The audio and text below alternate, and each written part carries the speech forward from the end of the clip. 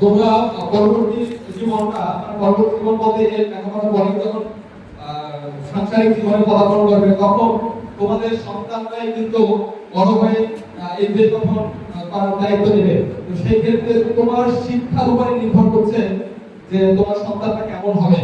সেই ক্ষেত্রে আমরা এর আগেও বলেছিলাম, আজকে অনেক বলেছি, তো সেই বিষয়ে বিস্তারিত আলোচনা যাব না। আমি সংক্ষিপ্ত বক্তব্য এখানে শেষ করছি। সকলকে ধন্যবাদ। সবাই ভালো থাকবেন।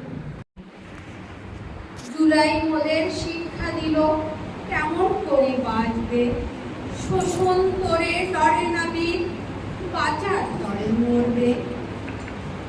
অনিয়মের শিকড় ভেঙে বিপ্লবীরা লড়বে, স্বৈরাচারীর আসন ছিঁড়ে নতুন স্বদেশ গড়বে।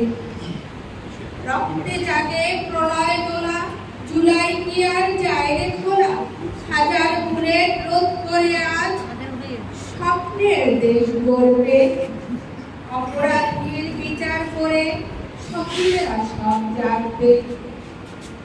মুগ্ধ সাইদ শান্ত রুদ্র তোমরা সবাই থাকবে, চেতনায় জাগা তোমাদের দেশ এই প্রজন্ম গড়বে। ধন্যবাদ। শহীদ মহিলা মহাবিদ্যালয় কর্তৃক আয়োজিত জুলাই গণঅভ্যুত্থানের আজকের এই অনুষ্ঠানের সম্মানিত সভাপতি, মঞ্চে উপস্থিত অস্ত্র প্রতিষ্ঠানের অভিজ্ঞ এবং দক্ষ শিক্ষক মন্ডলী, উপস্থিত আমার ছাত্রবৃন্দ, সবাইকে সালাম ও শুভেচ্ছা জানিয়ে আজ এই জুলাই গণঅভ্যুত্থান দিবস উপলক্ষে আমি সংক্ষিপ্ত আলোচনা করছি। প্রিয় উপস্থিতি, আজকের যে দিনটি আমরা এখানে পালন করছি, এই দিনটি দীর্ঘদিনের ইতিহাস, দীর্ঘদিনের সংগ্রাম, দীর্ঘদিনের অন্যায় অত্যাচার নির্যাতন নিষ্পেষণ এর মধ্য থেকে আমরা একটি আন্দোলন সংগ্রামের মাধ্যমে, দীর্ঘ 36 দিন আন্দোলন সংগ্রামের মাধ্যমে আমরা এই দেশকে একটি গণতান্ত্রিক প্রক্রিয়া, অসাম্প্রদায়িক বাংলাদেশ, সন্ত্রাস মুক্ত বাংলাদেশ, মাদকের বিরুদ্ধে স্লোগান, এই নিয়ে আমরা আগামীতে নতুন বাংলাদেশ গড়ার প্রত্যয়ে যে আন্দোলন সংগ্রাম করেছি, এই আন্দোলন সংগ্রামে যারা শহীদ হয়েছেন আমি তাদের শ্রদ্ধার সাথে স্মরণ করছি। আমি শ্রদ্ধার সাথে স্মরণ করছি 1969 সাল থেকে 1969, 1970, 1990 এবং আবার স্মরণ করছি 5ই আগস্টের মধ্যে যারা দেশ মাতৃকায় দেশের একটি সুন্দর সুশৃঙ্খল মাদক মুক্ত, সন্ত্রাস মুক্ত, অসাম্প্রদায়িক বাংলাদেশ গড়ার লক্ষ্যে যারা আন্দোলন সংগ্রাম করে আত্মহত্যা দিয়েছেন, আমি আবারও স্মরণ করে আমি আমার সংক্ষিপ্ত বক্তব্য করছি। প্রিয় উপস্থিতি, বাংলাদেশ একটি গণতান্ত্রিক দেশ। আমরা দীর্ঘ 200 বছরের ব্রিটিশ শাসনের নির্যাতনে আমরা শিকার হয়েছি। এই ব্রিটিশ শাসনের পরে এক সময় এই পাকিস্তানি শাসনের সময় পশ্চিম পাকিস্তান আমাদের সাথে নির্মাতাসুলভ আচরণ করছে। 1971 সালে একটি আমরা পূর্ণ স্বাধীনতা, বাংলাদেশ স্বাধীন রাষ্ট্র হিসেবে আমরা স্বাধীন রাষ্ট্র পেয়েছি, কিন্তু প্রকৃত স্বাধীনতা আমরা পাইনি। গণতান্ত্রিক যে ধারা, যে প্রক্রিয়া বারবার বিকৃত হয়েছে, মানুষের অধিকার বারবার বঞ্চিত হয়েছে। সাম্প্রদায়িকতার বীজ, মাদকের সয়লাভ বাংলাদেশে একটি আমাদের আঁকড়ে ধরেছিল। আমরা বিগত সরকারের বিশেষ করে 16 বছরের শাসন, শোষণ, নির্যাতনের ইতিহাস আমরা যদি উপলব্ধি করি, আমাদের সে সময় গণতান্ত্রিক কোনো পন্থা ছিল না, আমাদের বাক স্বাধীনতা ছিল না, আমাদের কারো কোনো মূল্যবোধ ছিল না।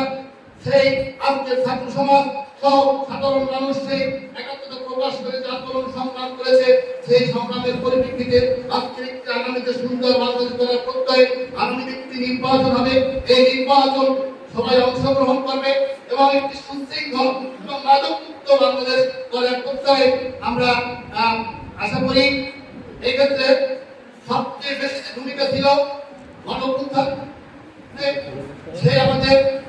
ছাত্র ছাত্রীদের আমি এ পর্যন্ত ব্রিটিশ বিরোধী আন্দোলন থেকে শুরু করে যত আন্দোলন হয়েছে সব জায়গায় দেখা গেছে যে ছাত্র ছাত্রীদের ভূমিকা বেশি।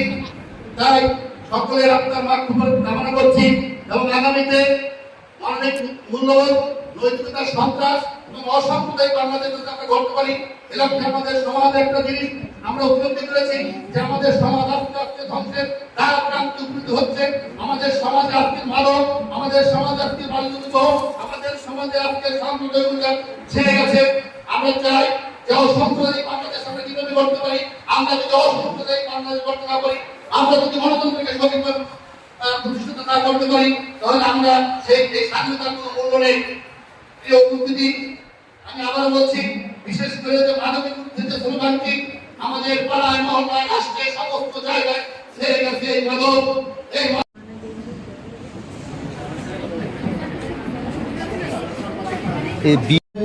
এই জুলাই গণঅভ্যুত্থান ছাত্র ছাত্রীদের আন্দোলনের ফসল।